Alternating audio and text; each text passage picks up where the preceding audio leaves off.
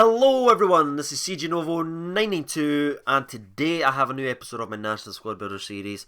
Now before I get into all the judge, if you make sure to drop a suggestion down below which country you want to see and I'll definitely add it to the list. This was requested by Sam, so there you are Sam, this is the Italian squad builder. And let's start with the goalkeeping position. That's going to be no surprise to anyone. That's Team of the Season Buffon. Actually, I was really surprisingly disappointed with this card, lads. Not too much a difference between that and his original card. I would say if you're looking to save some coins and sort of purchase like some of the more expensive players in the squad, definitely just buy the original sort of Buffon. But one centre back I would say you definitely need to buy the Team of the Season, that's Balzaghi. I cannot pronounce these names as well, lads. Let's just carry on. We're just going to call him Barry. Barry and Bonnie played really well in the squad. Really good positionally. Bonnie's a lot better sort of passing wise than I would say Balzaghi or Barry I should say. But overall this squad was really disappointing in the defence. We conceded a lot of goals, even though I like the players. Like Chiellini got sent off for that. Like, are you kidding me? Go back and look at it. Freeze frame it. It's the perfect slide challenge. But we conceded so many goals. I like each player individually, but together they're not a good unit. I don't know if it's the formation. I did try two different formations. You'll see that at the end of the video. But just overall, lads, I was really disappointed with this defensive. For a defensive unit, I'm going to rate them as a 4, which from the German squad's an 8, and from the Portuguese side was a 7. So that's quite surprising. But the two centre mids we have, I've tried to keep it like Euro 2016, so there's no Team of the Season Marche or anything like that. I've just kept them just to be Palablo, PB. Let's just call him Pabs. Right, so we've got Pabs there and De Rossi in the midfield, sort of run-of-the-mill midfield. There's nothing too special overall about them. Now, the left mid position we have in Zig. This guy was really surprisingly good in the air, which is really just doesn't make any sense to me at all. Like, for a team who I have up front, for him to be scoring the headers, you can see Passini's on the ball there. Just cutting shapes, cutting inside. Using his unbelievable ball control, that is his best attribute by an absolute mile, is how he gets his ball and just like creates like a spell with it. He can't get slide tackled or anything. His finishing's quite disappointing. He should have scored a lot more goals, but his ball control, like I said, and his crossing ability was definitely a standout factor for him. Now the right wing is going to be sort of Florenzi. I know he's a right wing back, but I just had to get him because he does play for Italy in sort of the Euros. And I actually really like this overall card, lads. If it wasn't for him tracking back and me editing sort of the system so he tracks back, I would have conceded a lot of goals. He did sort of supply some up front in that as well, but more as a sort of defensively strong unit. Now the centre attacking mid's going to be Drave. I was really disappointed with Kande, to be honest with you. I was really expecting a lot more than what I actually got in the centre attacking mid. I think he was a little bit lost in the middle. His position wasn't really that good. So if you're going to use him in the right wing, you'll definitely see sort of an improvement. Now the first striker is going to be someone that really surprised me. It was actually extinct when I was trying to make this video at first. So I played the first 4 games and then I went back and looked for him and found him. And that's going to be International Man of the Match Eder.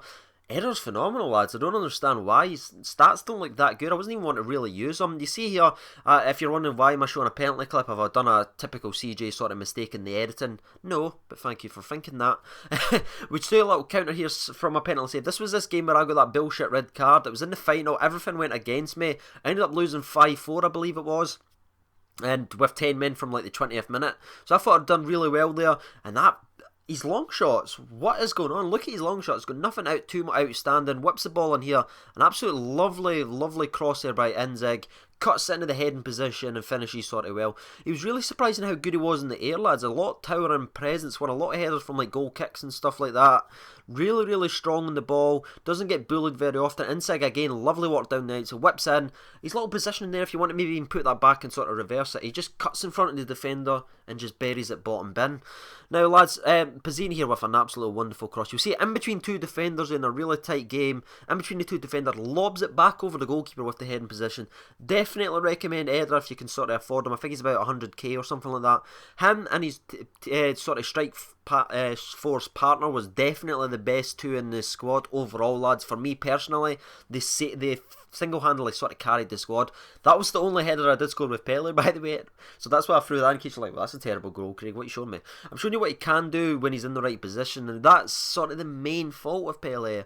He's never in the right position when you try and cross it. It's very frustrating, but on the ball, he's got unbelievably quick feet for a really like tall, strong man. He is really strong. You see they're just budging two defenders out the way. That was Team of the Season. That was International Man of the Match Chiellini. That was actually against again there, so that was quite funny. And he absolutely bullied them. You see their brilliant feet to cut inside. Like, I don't understand why he's so good. This is the one time he absolutely was in the box for a cross. and they did bury it really well. But I did want a freaking header, because you know I love my headers, but it just couldn't get in the right position. And that finish right there, lads, to make it 4 each in the 80th minute. Anyone who's played FIFA sort of knows how hard it is to do a sort of bottom bin challenge. And he just done it really well. You see here the R1 drag back, thank you Nepenfez, and ping it back into the top right hand side. He's really, really good at finishing. 10 goals in 12 games. Not the best because I was subbing him off for the man, the myth, the legend, the one they call Pizzini, the Italian god. And lads, to be honest with you, I did start him for the... I kept bringing him on sort of late on because I was struggling to sort of adjust to the squad at the very start. So you can see 1-0 down, cuts in, buries it top bin. Neuer, who... right in the top corner, and you see this is a couple of minutes later. This is him just came on, lads. He actually makes this guy rage quit. Cuts inside, just destroys Otamendi. Has him flipping and kicking all around the place. Here we go again, 86th minute. I brought him on about the 75th. And you can see him cutting inside there, cutting in. And look at that finish there, just L1 sort of abuse all over the place. Couldn't touch him. And obviously I'm going to throw it in the sort of Pizzini, sort of up close and sort of personal. But I did stop playing him, lads, because I felt myself playing him too much. And I was like, right, I've got to stop this because people want to see the Euro 2016. So I only played him the 4 games and he scored me 6 goals, which was really, really helpful. And I definitely say if I played him more, he'd probably be the best player. And I swear that's not a cop-out. But you can see on the screen just now, that's the other sort of formation I used. The only reason I stopped playing this one, I was just struggling to score goals, if I'm being honest with you. The midfield didn't do sort of enough. But you can see here all the little stats and stuff like that. So you can make up your own mind who's the best and sort of worst player. But for me personally, I think that Pelle or Eder was sort of the 2 best players. I'm going to go give it to Eder. If I was playing more games with Pizzini, it would obviously be the sort of best player because he is the man, the myth, the legend. But overall, lads, I'm really disappointed with this squad. I gave the Germany squad a 10, so if you missed that video, go back and check that. I gave the Portuguese side a 7.5. I'm actually going to give the Italy side a 6, lad. Controversial, because I really do love the tallies, as my dad calls them. I really do enjoy playing them. Like on drafts and stuff like that, but for whatever reason this squad did not work for me. It struggled to win. I did lose 3 times and I do apologise about my phone ringing, but that's basically been everything, lads. Thank you for watching and bye bye.